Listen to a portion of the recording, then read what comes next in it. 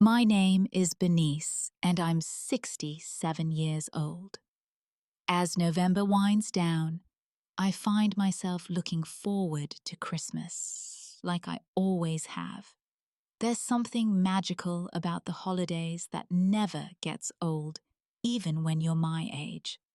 I've been planning our family gathering for weeks, thinking about the traditional gingerbread cookies I'll bake and the joy on my grandchildren's faces when they open their presents. But this year feels different somehow.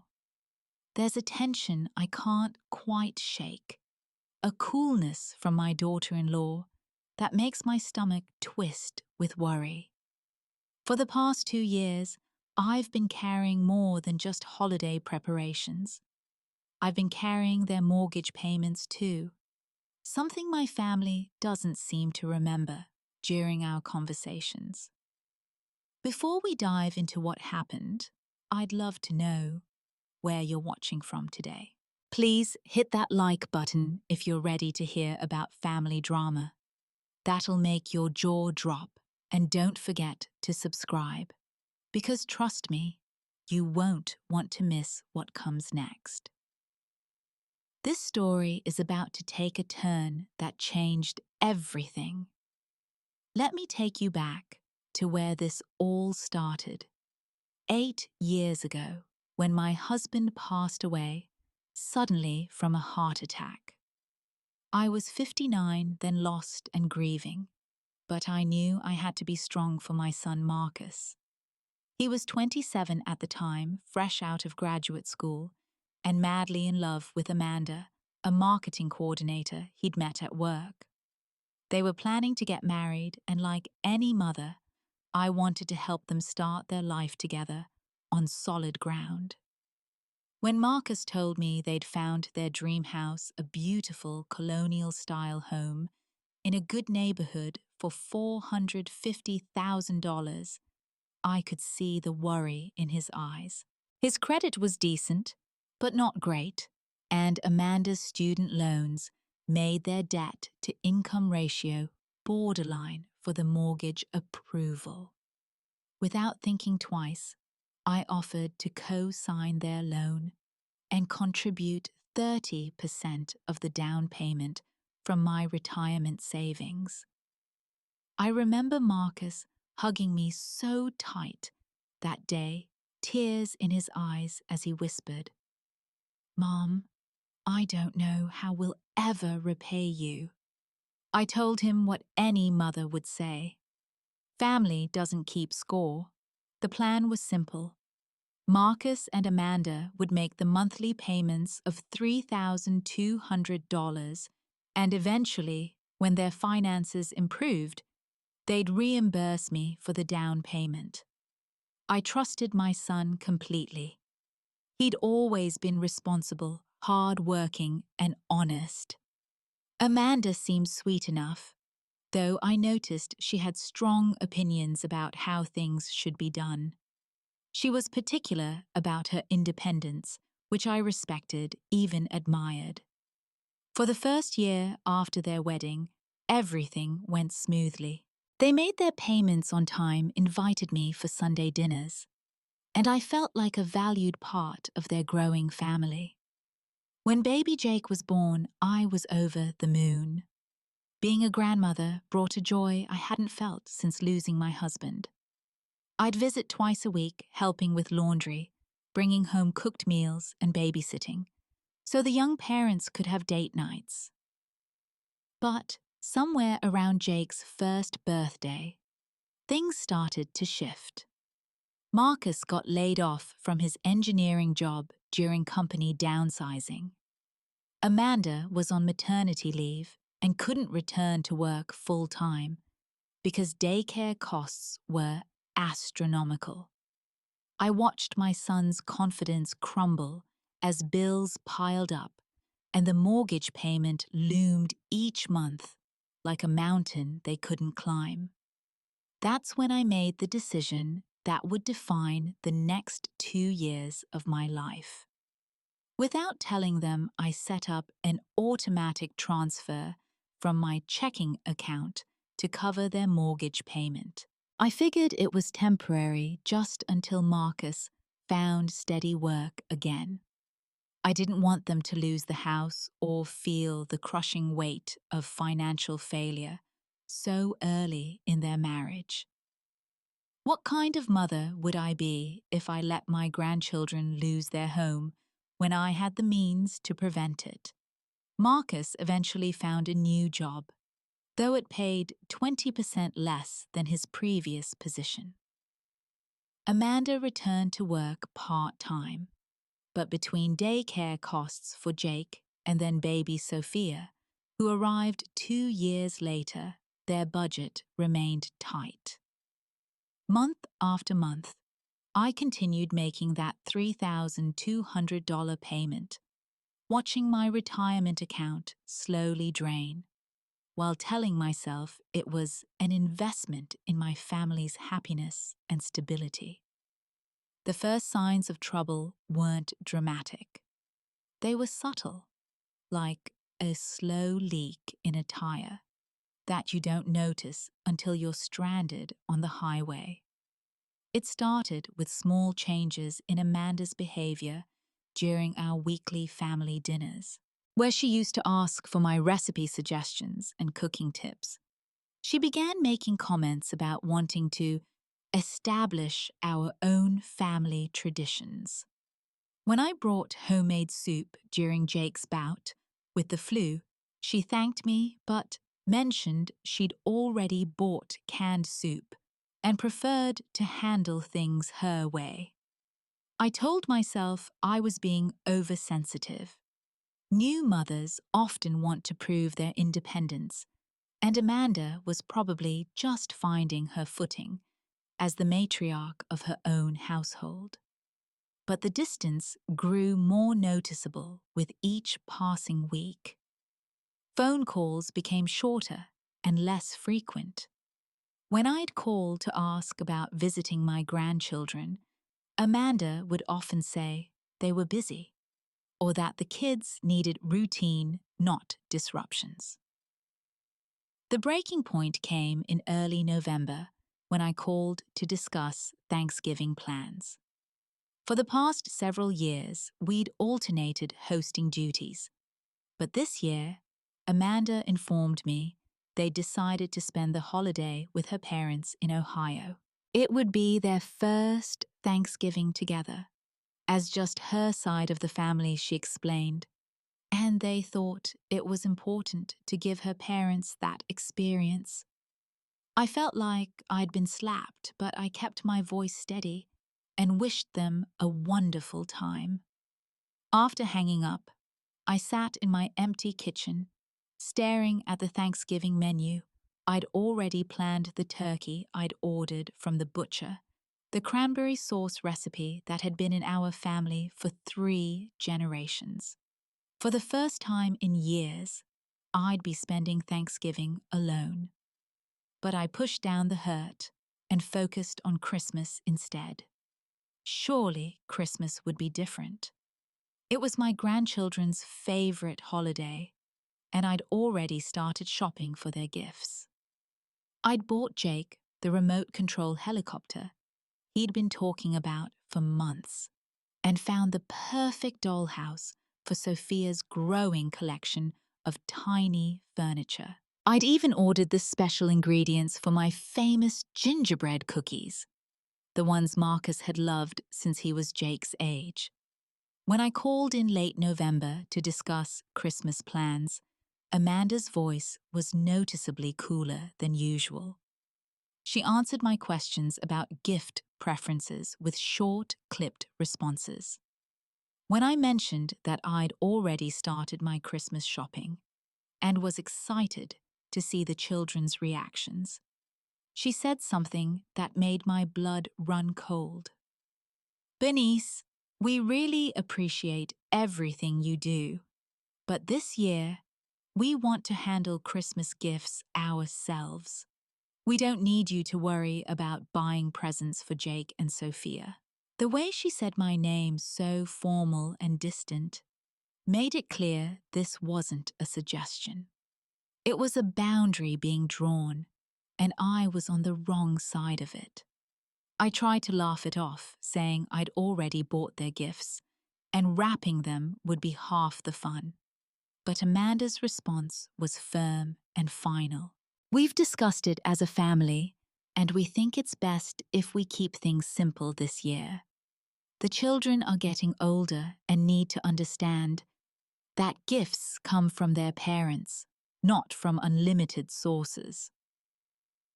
Unlimited sources. The phrase echoed in my head long after we hung up. I wondered if she knew about the mortgage payments, if Marcus had finally told her about the financial help I'd been providing for 2 years. But even if she knew, how could that translate into keeping me away from my own grandchildren during Christmas? 3 days before Christmas, I decided I couldn't wait any longer for a formal invitation that clearly wasn't coming. I loaded my car with the carefully wrapped presents I'd been hiding in my spare bedroom and drove to their house, my heart pounding, with a mixture of determination and dread. I'd raised Marcus to be respectful and kind, and I couldn't believe he'd actually exclude his own mother from Christmas morning without at least talking to me face to face. Amanda answered the door in her pajamas, holding Sophia on her hip, while Jake played with building blocks on the living room floor.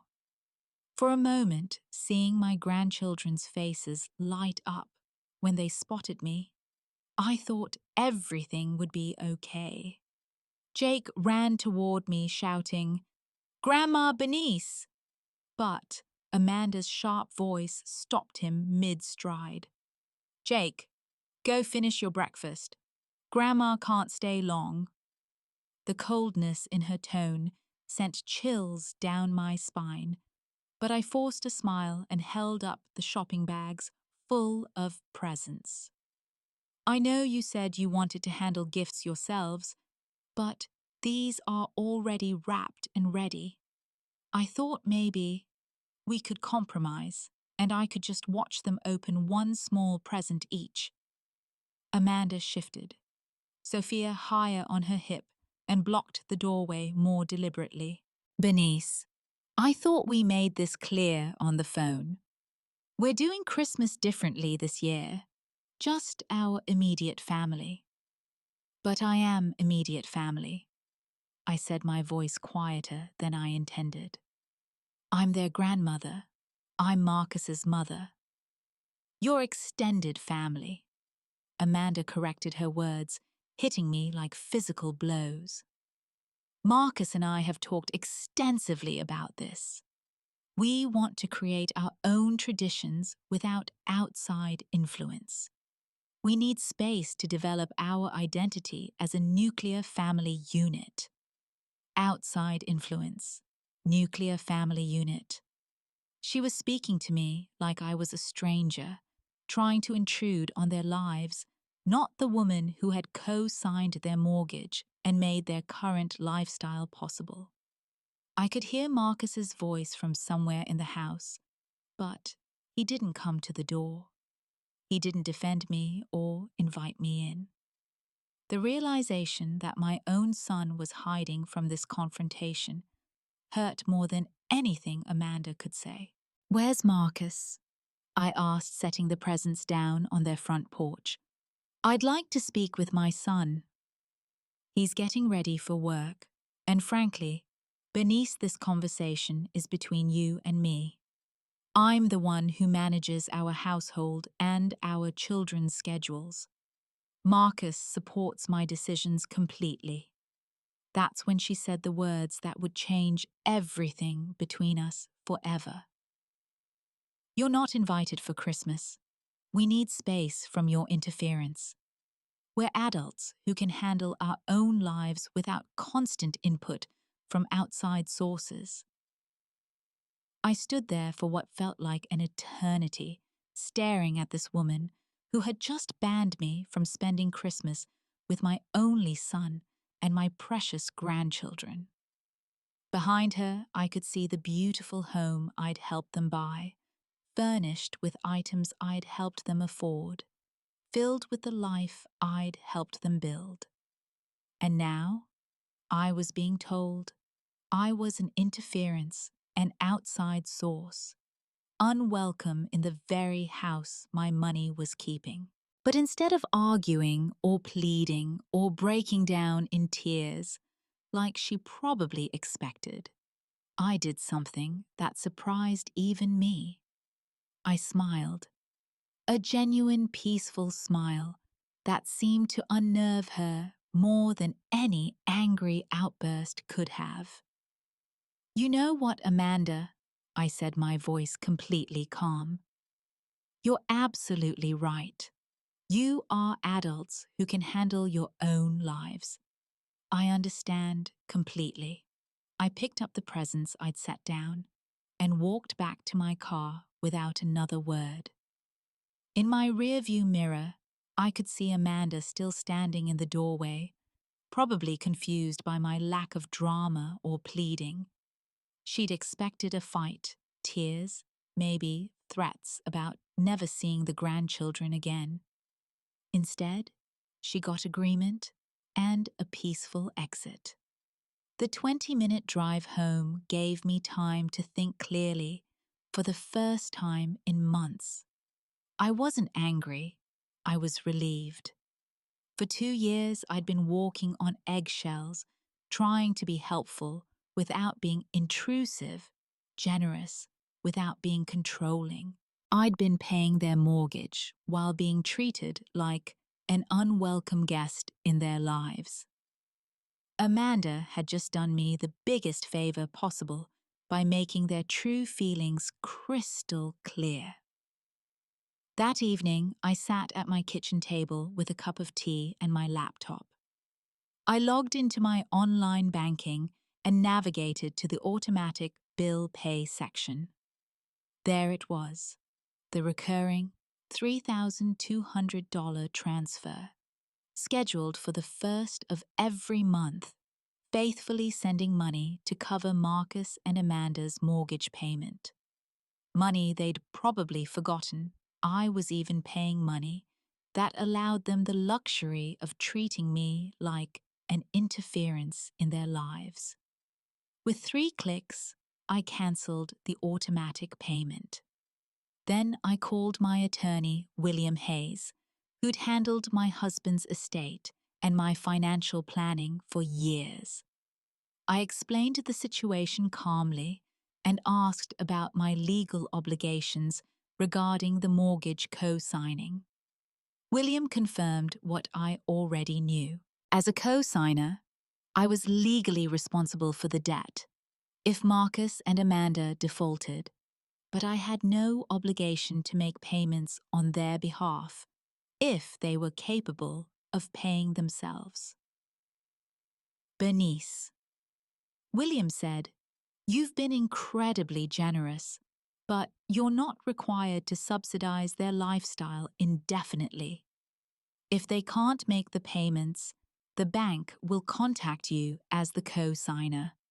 Until then, you have every right to stop making voluntary payments." Before going to bed that night, I drafted an email to Marcus explaining my decision. I wrote and rewrote it several times, wanting to be clear but not cruel firm, but not vindictive. In the end, I kept it simple. I told him that since Amanda had made it clear, they wanted to handle their lives independently. I was respecting their wishes by allowing them to handle their mortgage independently as well.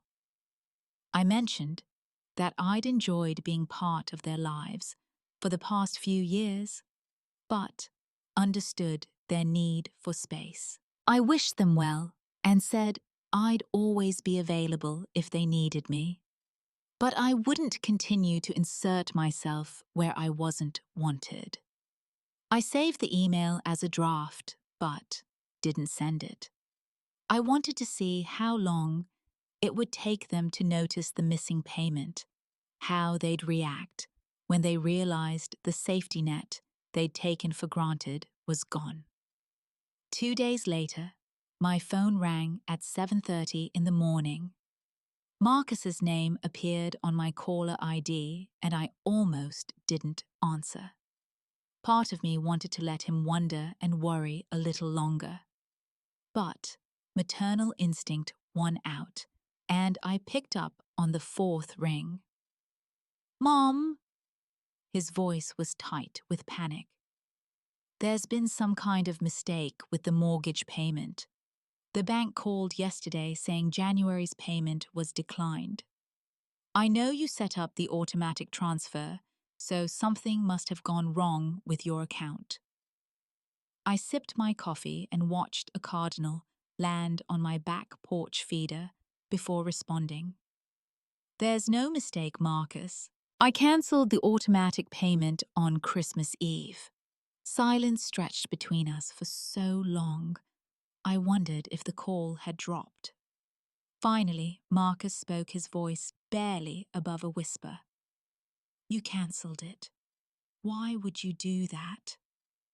"Because your wife made it very clear that you don't want my interference in your lives.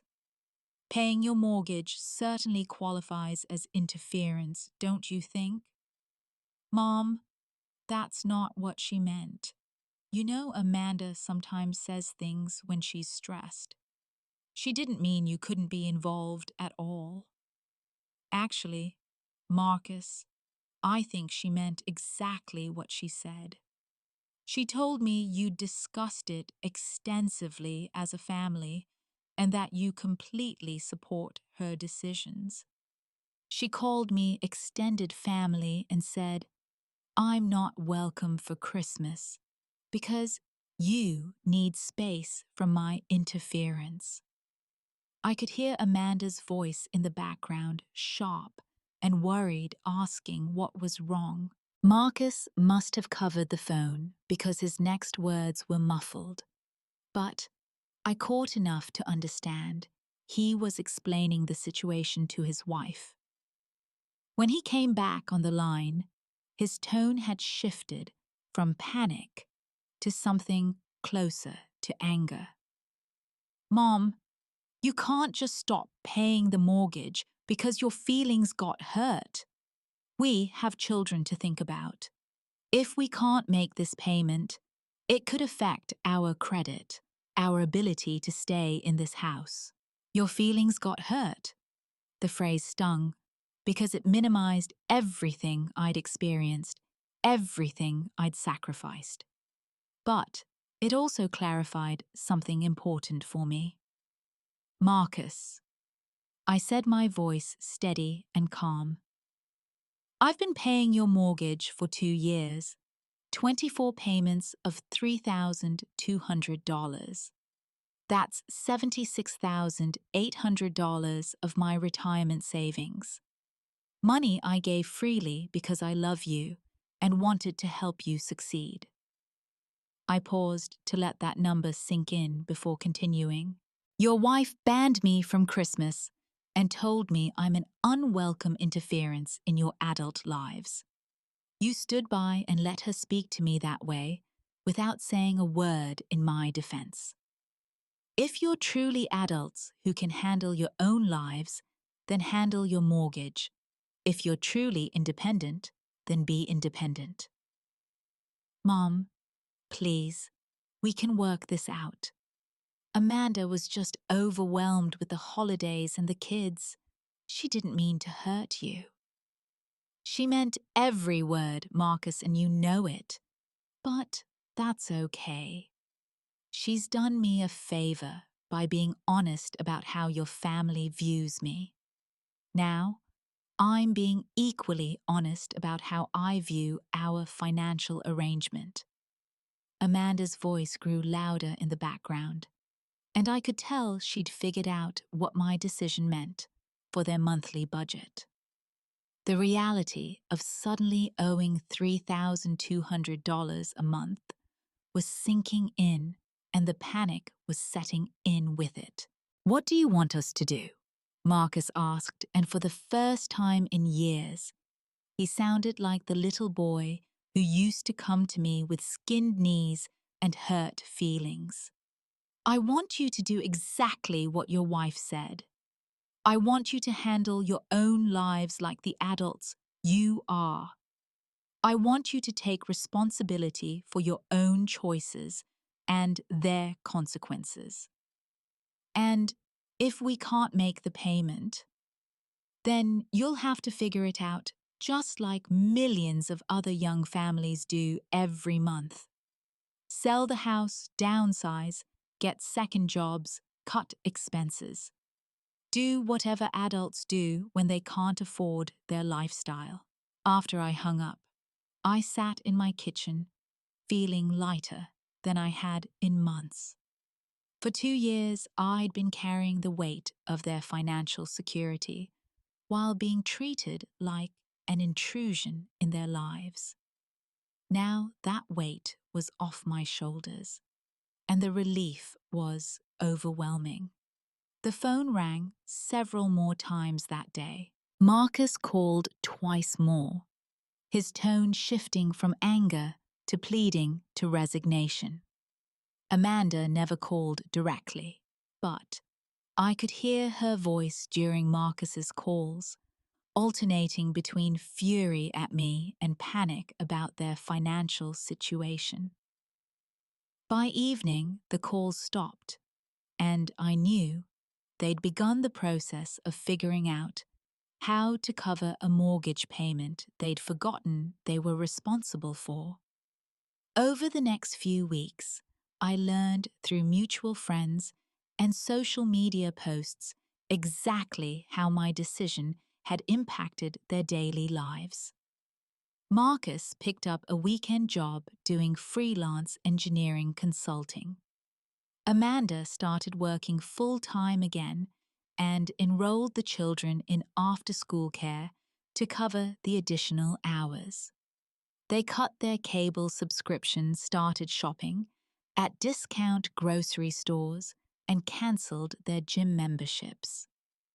For the first time in years, they were living within their actual means, instead of the artificially inflated lifestyle my financial support had provided. It wasn't easy for them, and I didn't take any pleasure in their struggles. But I also didn't feel guilty about allowing them to experience the full weight of adult responsibilities they'd chosen to shoulder when they bought that house. The most telling moment came 3 weeks after I'd cancelled the mortgage payment. Marcus called to tell me they'd managed to make the January payment, though it had required borrowing money from Amanda's parents and selling Amanda's car to buy a cheaper used vehicle. His voice carried a tone I hadn't heard in years, a combination of pride and exhaustion that reminded me of how he'd sounded after completing difficult projects in college. "I wanted you to know we figured it out," he said, and I could hear the accomplishment in his voice despite the underlying strain. "I'm proud of you," I told him, and I meant it. "You did what you needed to do." "It's been harder than I expected," he admitted. "I guess I hadn't realized how much you were helping us, how much we'd come to depend on it." That admission was worth more to me than any apology could have been. For 2 years, my financial contributions had been invisible to them, taken for granted, like electricity or running water. Only when it was gone did they understand the true scope of what I'd been providing. During those weeks, I focused on rebuilding my own life and rediscovering interests I'd neglected while pouring all my energy into my son's family. I joined a book club at the local library and was surprised to find how much I enjoyed discussing literature with other women my age. I signed up for ballroom dance lessons and discovered I had a natural rhythm I'd never explored. Most importantly, I started planning a trip to Europe, something my husband and I had always talked about, but never quite managed to do.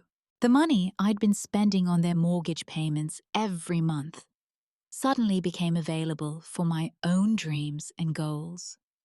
For the first time since my husband's death, I was living for myself instead of sacrificing my own happiness for someone else's comfort. The call I'd been expecting finally came in mid-February. Marcus's voice was different this time, humbler and more thoughtful than the panicked tone of our previous conversations. "Mom, could we talk? In person, I mean. There are some things I need to say to you." I agreed to meet him at a small coffee shop, downtown neutral territory that felt safer than either of our homes. When I arrived, I was surprised to see he'd lost weight and looked older, more serious than the carefree young man I'd been supporting for so long. We ordered our drinks in awkward silence before he finally found the words he'd come to say. "I owe you an enormous apology," he began, his eyes focused on his coffee cup rather than my face. "Not just for what Amanda said to you at Christmas, but for everything that led up to that moment. I let you carry our financial burden for 2 years without ever properly acknowledging what you were sacrificing for our comfort." I listened without interrupting, sensing he had more to say. "When you stopped making the mortgage payments, I was angry at first. I felt like you were punishing us for Amanda's words, like you were holding our house hostage to make a point. But as we struggled to cover that payment ourselves, I realized something important. You weren't punishing us. You were setting us free." He looked up at me then, and I could see tears in his eyes. "For 2 years, we lived above our means because you made it possible. We made decisions and purchased things and lived a lifestyle we couldn't actually afford because we knew you were there as our safety net. But safety nets aren't supposed to be permanent. They're supposed to catch you until you can get back on your feet." "And are you back on your feet now?" I asked gently. "We're getting there. It's been humbling realizing how much we'd grown to depend on your generosity. Amanda, especially, has had to confront some uncomfortable truths about her expectations and her treatment of you. She's working on an apology, though I know words can't undo the hurt she caused." I reached across the table and covered his hand with mine. "I don't need an apology from Amanda Marcus. I need her to understand that being family means treating each other with respect and kindness, especially when someone has made sacrifices for your benefit." "She understands that now," he assured me. "Losing your support forced us both to recognize how much you'd been doing for us, how much you'd given up to help us succeed. We took your love and generosity for granted, and that was inexcusable." We talked for another hour, rebuilding the foundation of our relationship, with honest conversation about boundaries, expectations, and mutual respect. Marcus didn't ask me to resume the mortgage payments, and I didn't offer. We both understood that chapter of our relationship was closed, and something healthier was beginning. As spring arrived, and I reflected on the months since that awful Christmas Eve confrontation, I realized that Amanda had inadvertently given me the greatest gift possible. by forcing me to examine my role in their lives and my own patterns of giving. She'd helped me discover the difference between supporting someone and enabling them. For years after my husband's death, I'd poured all my nurturing energy into my son's family, trying to fill the emptiness in my own life by making myself indispensable to theirs. I'd confused being needed with being loved, confused financial support with emotional connection. When Amanda rejected my presence while accepting my money, she'd exposed the unhealthy dynamic I'd unknowingly created. My book club friends especially, a wise woman named Dorothy, who'd raised 4 children and dealt with her own difficult daughter-in-law situations, helped me understand that my experience wasn't unique.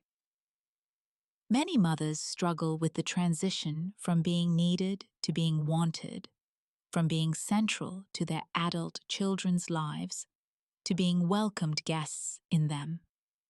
The hardest part of raising children, Dorothy told me one Thursday evening as we discussed a novel about family dynamics, is learning when to stop rescuing them and start trusting them to rescue themselves.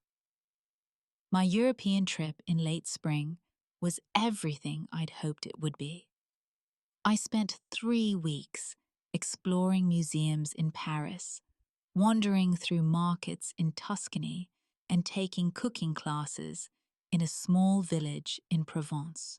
For the first time in years, I made decisions based purely on my own interests and desires. I bought art that spoke to me, ate meals when I was hungry rather than when others expected me to cook, and spent entire days pleasing no one but myself. When I returned home, tanned and confident and full of stories, Marcus and Amanda invited me for dinner. Amanda's apology when it came was genuine and heartfelt. She acknowledged that she'd treated my generosity with ingratitude and my presence with resentment. She admitted that the financial stress of covering their own mortgage had taught her to value the support systems she'd previously taken for granted. I realize now that I was threatened by your closeness with Marcus and the children, she told me as we cleaned dishes together after dinner. I wanted to be the central female figure in their lives, and I saw your involvement as competition rather than support. More importantly, she'd learned to see me as a person with my own needs and desires, rather than just a resource for their family's benefit.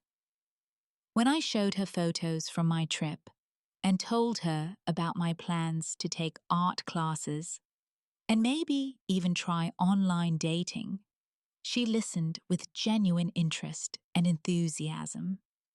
The children, now older and more aware of adult dynamics, seemed to sense that the tension that had characterized previous family gatherings was gone. Jake, now 7, told me seriously that he'd missed our baking sessions and asked if we could make cookies together again. Sophia, at 5, had saved drawings she'd made for me during the months when our visits had stopped. As I drove home that night, I reflected on the journey that had brought us to this new, healthier place. Sometimes the people we love need to face the consequences of their choices before they can learn to value what they have. Sometimes setting boundaries feels cruel in the moment, but creates the space necessary for genuine relationships to grow. The most important lesson I learned was about my own worth and autonomy. For too long, I defined my value by how much I could give others, how many problems I could solve, how indispensable I could make myself. Amanda's rejection, painful as it was, forced me to rediscover my own identity and interests beyond my role as mother and grandmother. Now, a year later, my relationship with Marcus and Amanda is stronger and more honest than it ever was during those years when I was subsidizing their lifestyle. They invite me to family gatherings because they genuinely want my company, not because they feel obligated or guilty. When I bring gifts for the children, it's seen as a loving gesture rather than an expected entitlement. I still help when genuine emergencies arise, but I no longer carry the weight of their daily financial responsibilities. They've learned to live within their means to make difficult choices and to take pride in their own accomplishments. Most importantly, they've learned that love and support don't have to come with financial dependence attached. Sometimes, the greatest gift you can give someone is allowing them to face the consequences of their choices. It teaches them strength, builds their confidence, and helps them value the support they do receive. It also frees you to rediscover your own path, your own dreams, and your own worth beyond what you can provide for others. My mortgage payment cancellation wasn't an act of revenge. It was an act of love that looked like consequences, a boundary that felt like rejection, but was actually liberation for all of us. Have you ever found yourself giving so much to family that you lost sight of your own needs and worth? I'd love to hear your thoughts in the comments below about setting boundaries with loved ones, even when it feels difficult. If this story resonated with you, please give it a like and share it with someone who might need to hear it. Don't forget to subscribe for more real-life stories about family relationships and finding your strength when life gets complicated. Thank you for listening to my journey, and remember that sometimes the most loving thing you can do is step back and let the people you care about learn to stand on their own. Wishing you all the courage to value yourselves as much as you value others.